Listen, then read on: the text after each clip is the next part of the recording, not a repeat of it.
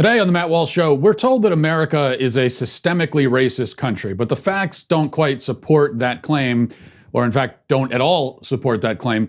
And today I want to talk about the one fact that I think most contradicts the systemic racism theory. We're going to get into that today. Also, 5 headlines, including the left's freak out because the federal government, God forbid, has finally started to come down on the Antifa terrorists, is finally enforcing the law, but that's very scandalous and horrifying, and the media is very upset about it as well. So we'll discuss that. And in our daily cancellation, we will talk about the story of a great and loving and dutiful father who beat the hell out of his daughter's molester after catching the guy in his daughter's room after sneaking in a window. Well, now he is under arrest. So we got to talk about that today as well. But first, I want to talk with you a little bit about internet freedom. Social media companies get to decide what content is suitable for the, sensitive snowflakes among us and censor whatever they don't like. Here's the way I look at it. Shouldn't you be the one to decide what you want to read or to watch and not them? Shouldn't you get to make that choice for yourself? Well, here's one thing you can control: their access to your data.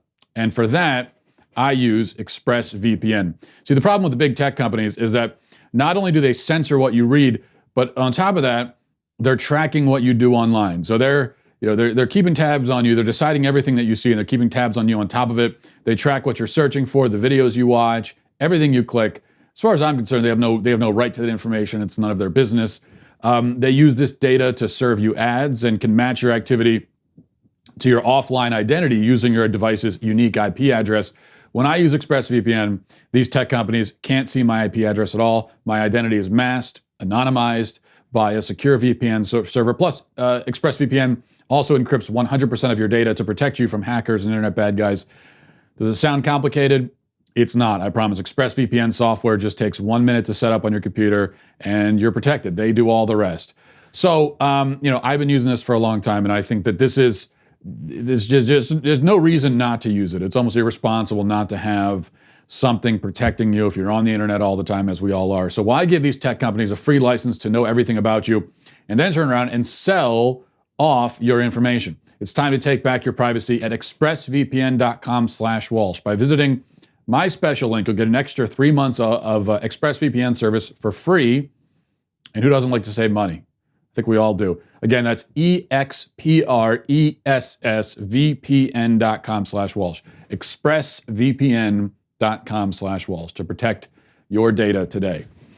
Now, I want to talk about the idea that America is systemically racist, currently systemically racist. There's no doubt, of course, that America was at a time systemically racist, just like every country on earth has been at a time systemically racist. Racism was the rule across the entire country, across the entire world for thousands of years. And many countries currently still are systemically racist. The claim from the left is not just that we were systemically racist, but that we are right now today. And that the problem is not just the legacy of slavery or Jim Crow, obvious examples of actual systemic racism, which thankfully are in the past. But the claim is that there is still systemic racism today. And that it is in fact an extremely significant problem, and it's so significant that, as Ilhan Omar said, we played the video a few days ago, we have to dismantle our whole economy and political system and society to rid ourselves of it. The question, though, is whether there's evidence for this current scourge called systemic racism. I know evidence is treated as a mere technicality these days, but it really does matter, because evidence is all about you believe something. Well, when I ask for evidence of that belief, that's not a technicality. It's not splitting hairs. It's not being pedantic. What I'm really saying is, why do you believe that? Do you have a reason? If you have no evidence, then that means you have literally no reason to believe what you believe, which means you shouldn't believe it if there's no reason to. Now, remember, the fact that Black Americans, as a percentage, suffer more from poverty, crime, and so on, is not itself proof of systemic racism, because those are the things that systemic racism is supposed to explain. So in other words, we see the struggles faced by the black community. Everyone sees them. There's no denying that. The question is, why are those things happening? And the explanation we're given is systemic racism, which means that to prove systemic racism, to prove that it's true, you need to do something other than simply point back to the things you're explaining. It's the same with police shootings, okay? There's no doubt that a higher percentage of black men are killed by cops than white men, or white people in general. That in itself is not proof of racism. Racism is the explanation we are given for that fact. But when I ask, how do you know that racism is the cause, you can't just repeat the data point that racism is meant to explain in the first place. So this is a simple rule of logic. And as it happens when it comes to police shootings, what you really have to look at is not the overall raw number of white versus black people shot by cops. In that case, it's actually more white people than black people. You also can't look at the overall percentage of black versus white people shot by cops. That tells us nothing, because if, say, black men committed a disproportionate amount of violent crime, which they do, then that's going to puff up those percentages. So what we need to know is, of the black versus white people arrested by police, that's the group we need to look at. Are either of those groups, the arrested groups, substantially more likely to be killed in the process? And the answer is no. So when you isolate it and you actually look at the groups of both races arrested by cops, there is not a substantially greater likelihood that a black person is going to die in the process. And that, by the way, is a little bit of a sidetrack here. We're going to get back to systemic racism in a second, but you often hear, because a greater percentage of black men are killed by cops than white men overall. As I said, that doesn't tell you anything. But the way that that's reported by the media, what they'll say something like, black men are 2 times as likely, or 3 times as likely to be shot and killed by cops as white men. That's not true. That doesn't make any sense.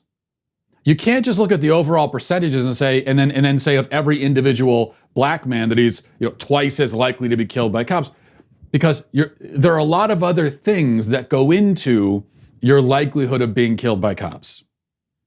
So a black man who's never arrested by cops or doesn't commit any crime, there is virtually a 0% chance that he's going to be killed by cops. We do hear of cases of someone just in their home, cops bust in and kill them. Horrible, horribly unjust. Everyone is against that. Everyone is in favor of accountability in those cases. I know I am, and I talk about those cases when they happen, but those are exceedingly rare. In almost every single case of someone being killed by cops, it's in the process of an arrest after they've committed some kind of crime. Doesn't mean that the shooting is always justified. A lot of times the shooting is, because the police are responding to lethal aggression on the other side, but that's the point. So if you're a black man or white man or Asian man, Hispanic man who doesn't commit any crimes, your likelihood is pretty much 0. It's not the same for everybody. It would be kind of like if you looked at the overall numbers of people of a certain race who are convicted as sex offenders, and then we were to say, of everybody in that race, you have a whatever percent chance of being convicted as a sex offender. Well, no, that's because your chance of being convicted as a sex offender is exponentially greater if you actually are one. If you don't commit any sex offenses, your chances of being convicted as one are almost 0. There's still a chance of being falsely convicted. That does happen, but the vast majority of people convicted actually did do it. It's not like the vast majority are innocent. So, that's why you have to be careful with the way these things are phrased by the media oftentimes.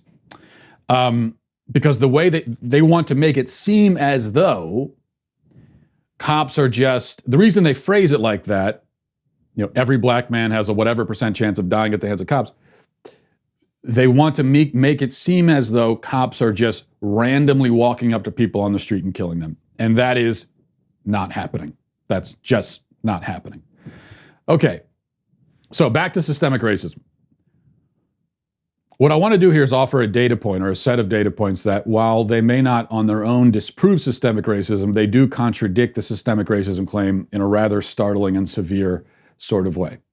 I think what we have here is an extremely significant strike against systemic racism. And it's worth looking at that and thinking about it. Now, a very big problem, okay, for those who promote the systemic racism theory is the story and experience of Black immigrants in the United States. If our country is systemically racist and it is structured to keep minorities down, if our system is inherently one that promotes and is fueled by white supremacism, which is what we're told, you would expect immigrants to do very poorly, and in particular, Black immigrants to do worst of all. That's not the case. So let's look at a few things here. Starting with this, the share, and this is from Pew, the share of Black immigrants who live below the poverty line. You see the graph there, only 4 points higher than the general US population. College degree, 1/3 of a college degree, nearly on par with the general population. Household income is lower than the general population, but not substantially lower. And then you notice how immigrants from South America actually have a higher household income than the general population. And this passage is from a site called courthousenews.com, says the income growth for female Black immigrants, specifically female Black immigrants, is outpacing both Black and white women born in the US.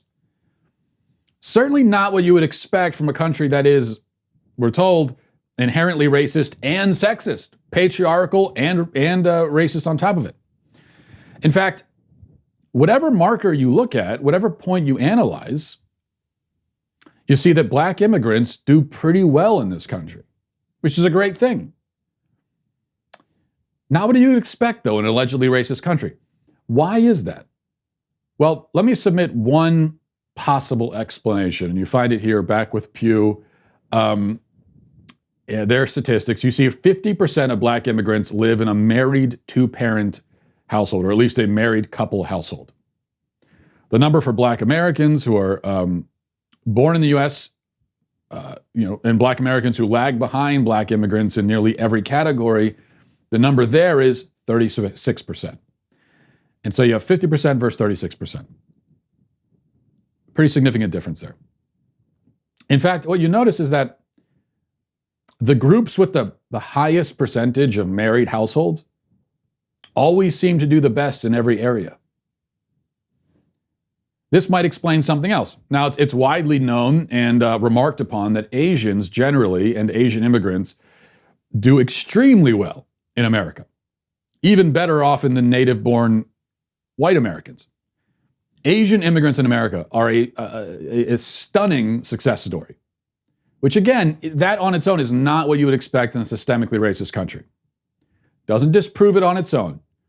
But I guess what I'm saying is if you didn't know anything about America, and I told you, or BLM told you, that America is a racist dystopia governed by systemic white supremacism, and you heard that, and then you were asked, which group of people do you think is most successful in this racist dystopia?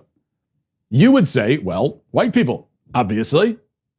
If you then found out that Asian people are most successful, you'd be pretty confused. That's just not what you would expect based on what you were told.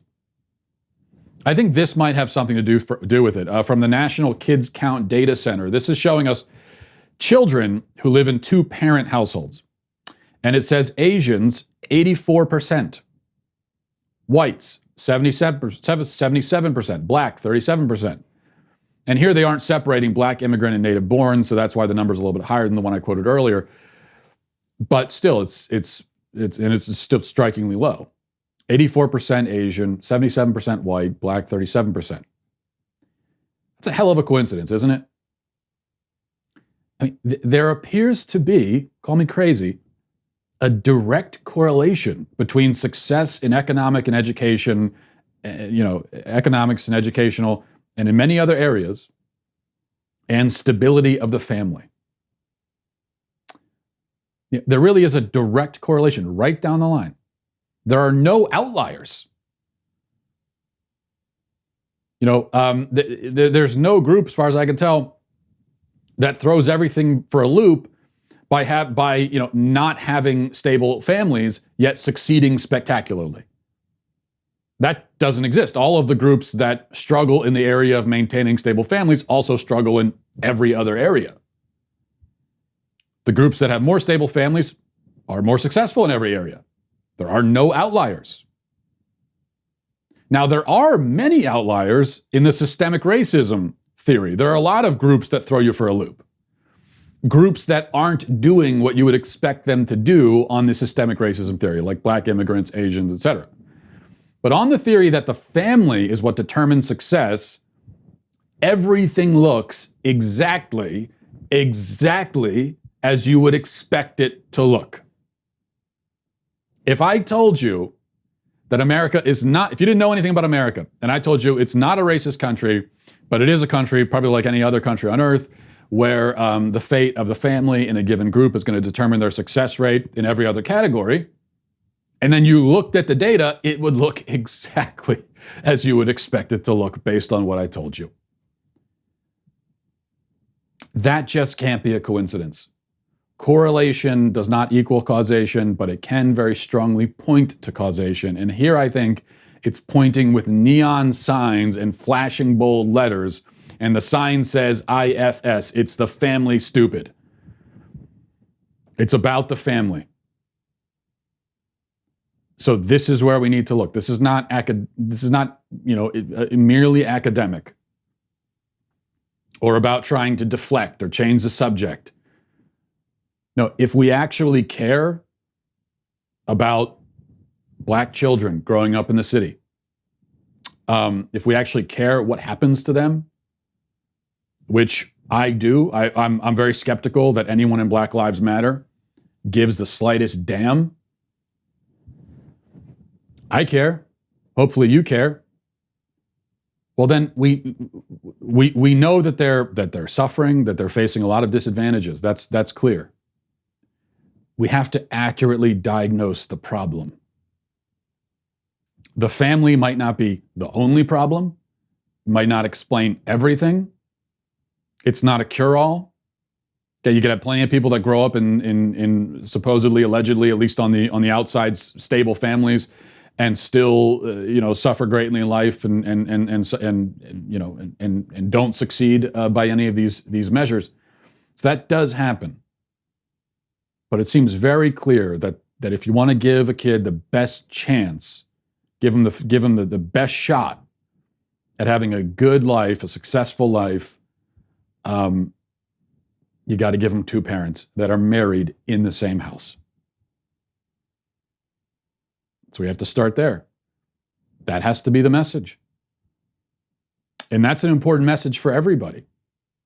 Because although I showed you those numbers of number of kids by race and demographic living in two-parent households, we should also note that that percentage is going down. It's headed in the opposite direction for pretty much every group. So it's still relatively high. White family, 77%. Relatively high, but that still leaves a quarter of white kids who don't live in houses with married parents. That's troubling. I mean, as I said, trending in the wrong direction. So this should be the message to everybody. You want to give your kid the best chance, get married and stay married. Start with that. That's our starting point. Once we've achieved that, then we can start talking about some of these other things. The thing that threatens black children in the city, it's not the police, it's not systemic racism, it's not the KKK, okay, it's not neo-Nazis prowling the streets, all 15 of them across the entire country. It's not them. It's that they are, most of them, vast majority, growing up in households where they don't have the stability of a married parents who are there in the home seeing to their well-being. And oftentimes the parent, of course, that's missing is the father. And as we have discovered in modern society, turns out fathers are not expendable. You can't just get rid of the father and think that everything is going to continue along as normal. It's not.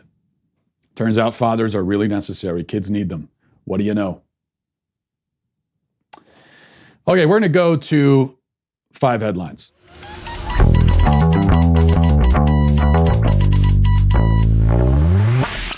Today's 5 headlines brought to you by the Benham Brothers. Learn how to own a business without it owning you. Get a 15% discount on the Benham Brothers new course, Expert Ownership, at benhambrothers.com/Walsh. It's benhambrothers.com/Walsh.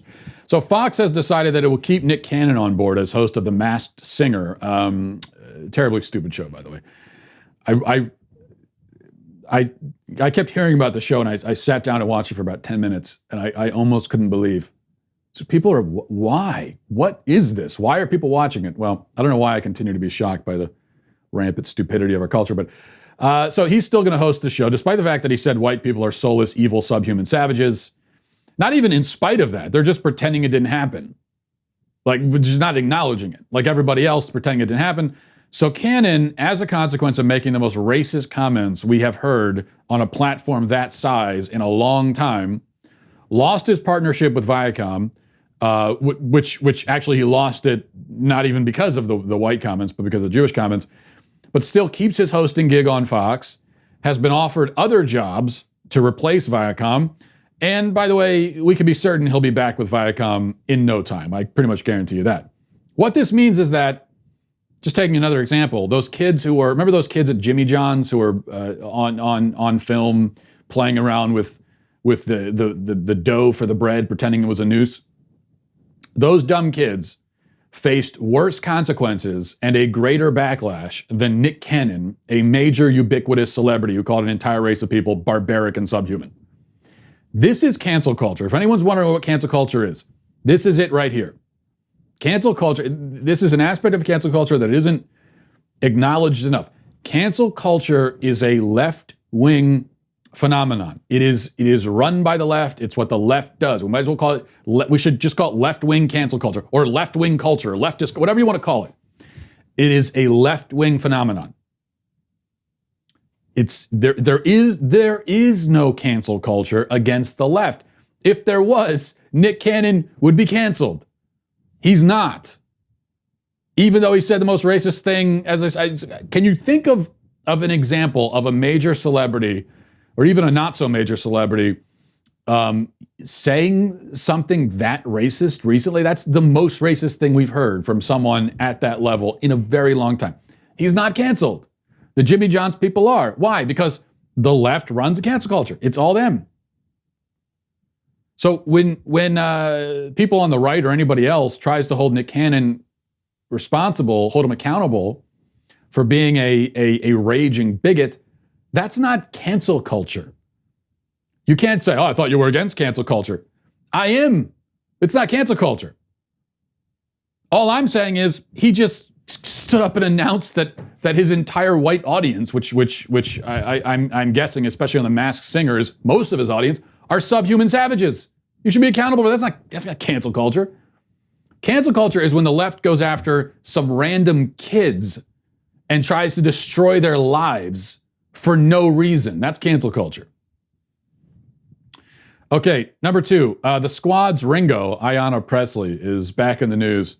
Here's what she said at a House Committee on Oversight and Reform meeting. Here's what she had to say. Here is her theory on the history and formation of the American police. You know it's going to be pretty good. Well, listen to this. Too many Black women and mothers, surviving family members have had to relive the trauma of seeing their loved ones murdered and live streamed on national television. The mothers of the movement have been trying to tell us for generations, from Mrs. Till to Lucy McBath, to stop murdering our children. We must listen. We must center these experiences in this moment of truth-telling and reckoning. And while Juneteenth is meant to be a day of celebration and of freedom and emancipation, again, we must take stock of this moment and be sobered about the work that lies ahead. Mr. Crenshaw, is it fair to say that the policing system in our nation grew out of the practice of capturing and often murdering individuals trying to escape from slavery? Could you speak to just the history of our policing system and how you see that influencing modern day policing?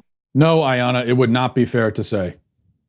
It's not fair to say because you just made that up on the spot, just invented that. The police department was formed based on retrieving and killing slaves? What? Every civilization in history has had some kind of law enforcement mechanism. This is not unique. The fact that we have police in this country, actually, it's not unique. The only countries that don't, the only time you're not going to find any sort of law enforcement is in a failed state or the worst third world hellholes you can find, where they have no sort of infrastructure or government of any kind. Anywhere else, if you have a civilized society, there's going to be police. So you just, but that's what we see now. The left, they just make up something. No reason for that. Just make it up. No justification. Off the top of her head. Why not? Number 3, the media is having conniption fits today because quote unquote unidentified, quote unquote secret police are arresting quote unquote protesters in quote unquote unmarked vans. We are told that this is the heralding of a new age of fascism and tyranny. It's a big deal. My God, it's terrible. We should all panic. The poor protesters. Look what's happening to them. What have they ever done, these protesters, besides commit serious felonies every night for the last 2 months straight? I mean, besides that, what have they done? Nothing. Here's the footage that everyone is panicking about today. Look at this. What are you doing? Use your words. What are you doing? Use your words. What are you doing? I haven't done anything wrong. Use your words. What's going on, What is going on? We need to know. Who are you? Why are you taking? NLG will get you out. What's your name? Tell us your name. What's your name? Okay, you're fine. We'll get you out. Bro, what? All right, We got you, friend. we got you. NLG. You just violated their rights. Oh, kidnapping people. You just violated their rights. Thanks for keeping them. No.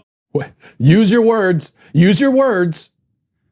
Okay, so they're arresting an Antifa goon dressed in all black with a helmet, arresting that person in front of a crowd on film. They're in uniform. The uniforms say police on them. What's the problem here? I don't, what are we worried about with this? Is because they look scary? Is that the problem? And since everyone's, having is very upset about the unmarked vehicle, since when is this a new concept? Why is everyone freaking out that they use an unmarked? Cops use unmarked vehicles all the time, especially if they don't want you to immediately know that they're the police. There's no law saying that they have to announce down the street that they're the police. There may be times when the police don't want you to know that the police are right there. So there's nothing new about the fact that it's an unmarked van. Cops use unmarked vehicles all the time. Totally normal and also necessary in some circumstances. They've got the thing, says police. What do you want them to do? Are they supposed to stop and ask permission? Excuse me, sir, do you mind if we arrest you? We were just stopping by, thought we'd arrest you. You got time for that now? Is it okay? Oh no? Okay, we'll stop back later. Oh, you don't want us to arrest you at all, ever? Okay, well then forget about it. Never mind. You're good to go. Sorry. We apologize.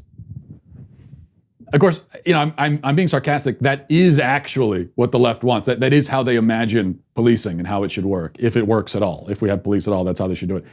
Number 4, that was in Portland. This also is in Portland. Here's another cop sharing his experience with those lovely anti-racist white Antifa goons. Listen to this.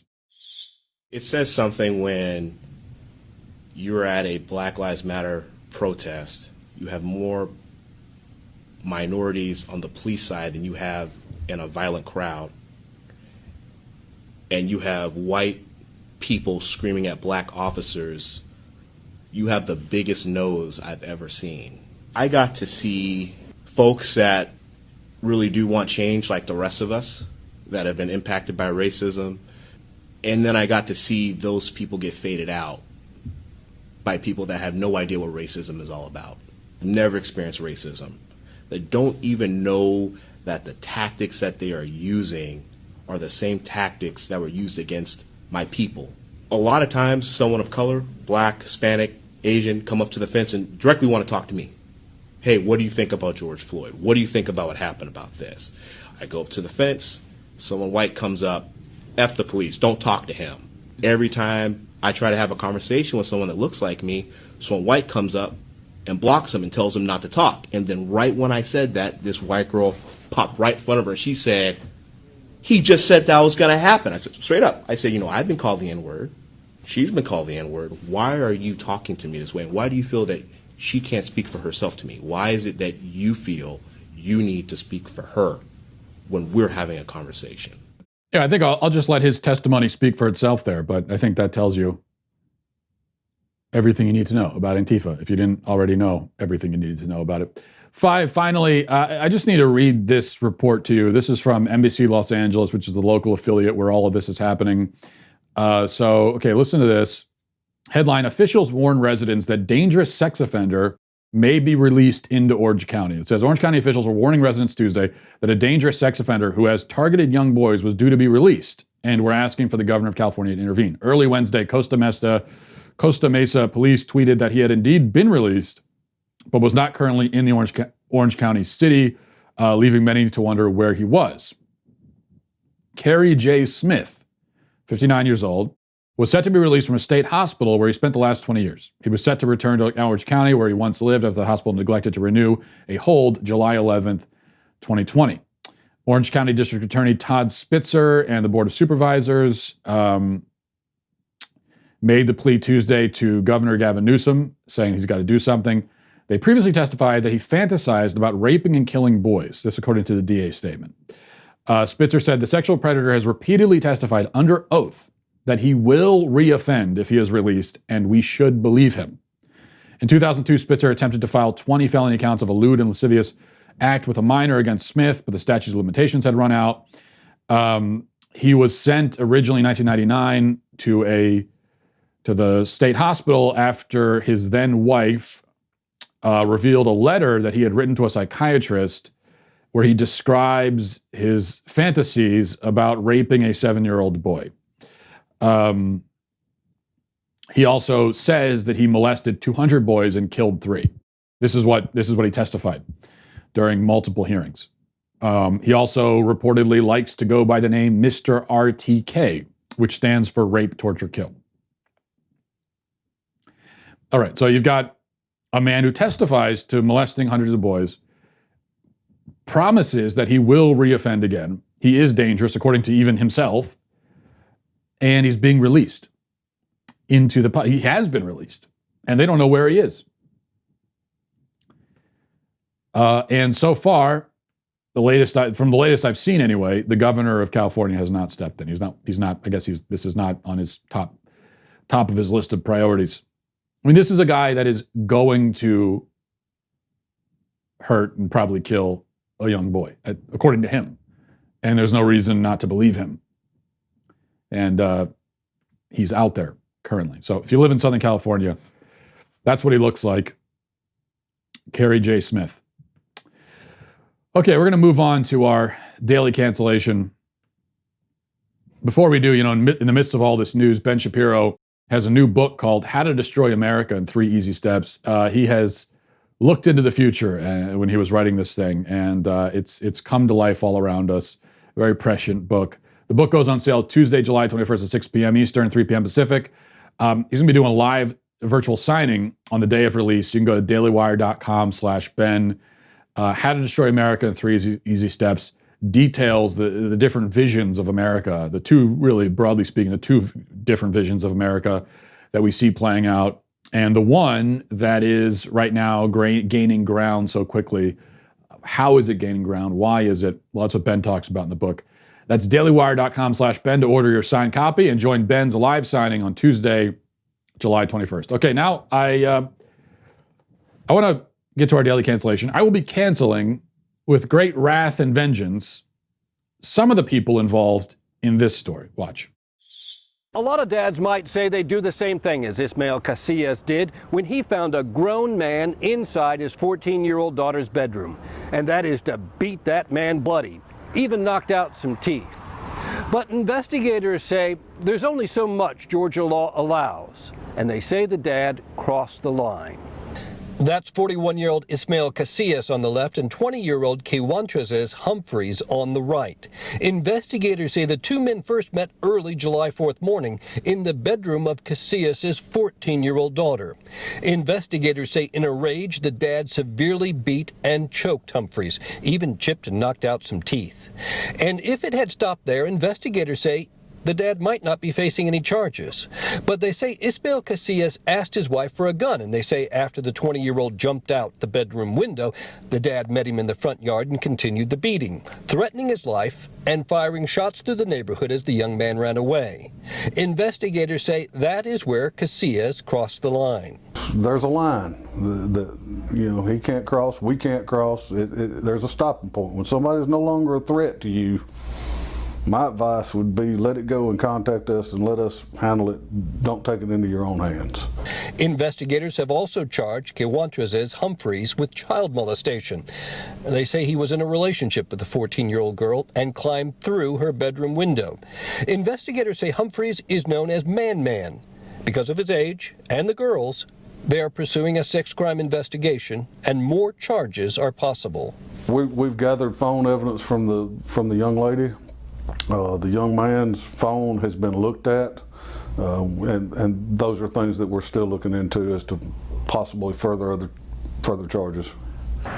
The dad was taken into custody that morning on July 4th. They say after identifying and locating Man Humphreys, he was taken into custody in Putnam County Thursday night. Okay, now I hope it's already obvious to you that I'm not canceling the father here.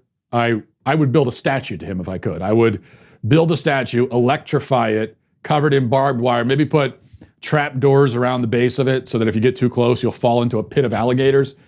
That's actually what I would like to do with all statues. If I was under my regime, that's what we'd be doing. But he is not canceled. I am canceling, obviously, the child molesting scumbag. That goes without saying. And let's take a look at him again after the beating. That's what he looks like.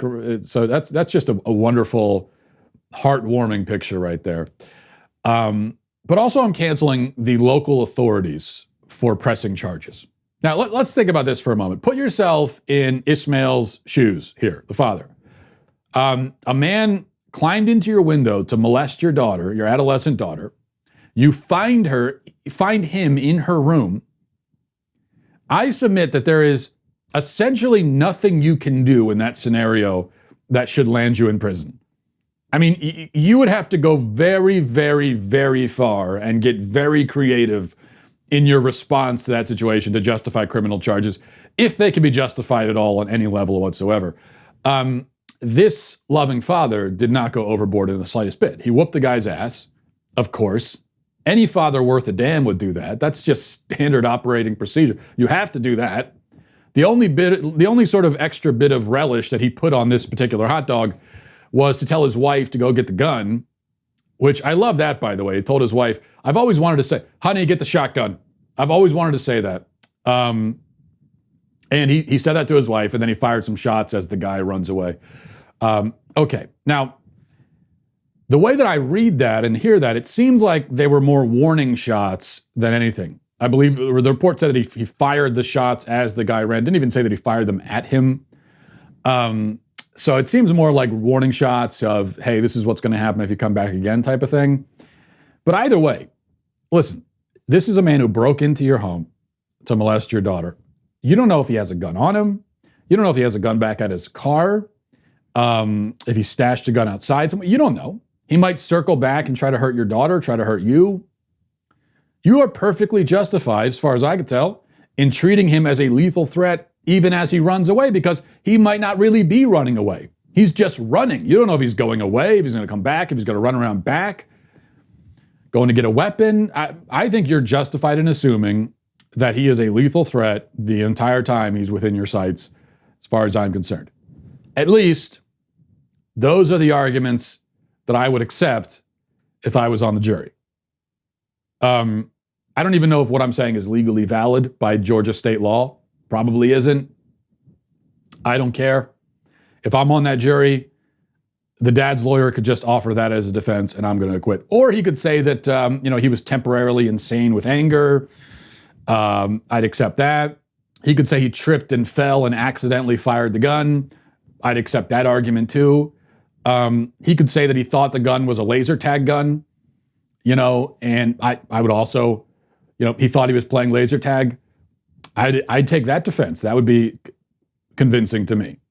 Or his entire defense could be, Your Honor, look, listen, come on. You understand. Come on. That could be his entire defense. I personally on the jury would find that argument, probably most of all, deeply compelling and convincing, or literally any other argument at all. The point is that if you break into a man's house to molest his daughter, you have just volunteered yourself for some very unpleasant treatment. You have consented to it, even if not verbally. You, as the saying goes, have written a check that your ass will now have to cash. So I say cheers to that great father for doing his job. This country would be in pretty good shape if there were like 50 million more dads like that out there. We were just we started the show talking about the importance of having dads in the home. Well, here's one of the reasons: protector of the family. So I would cheers to him and a stern cancellation to everyone involved with arresting and charging him. I just have to believe, especially in Georgia, I have to believe there's no jury. I'd have to believe there's no jury in America, much less in Georgia, that would convict him. That is my hope and prayer. Anyway, we'll leave it there for the week, guys. Have a great weekend. Godspeed.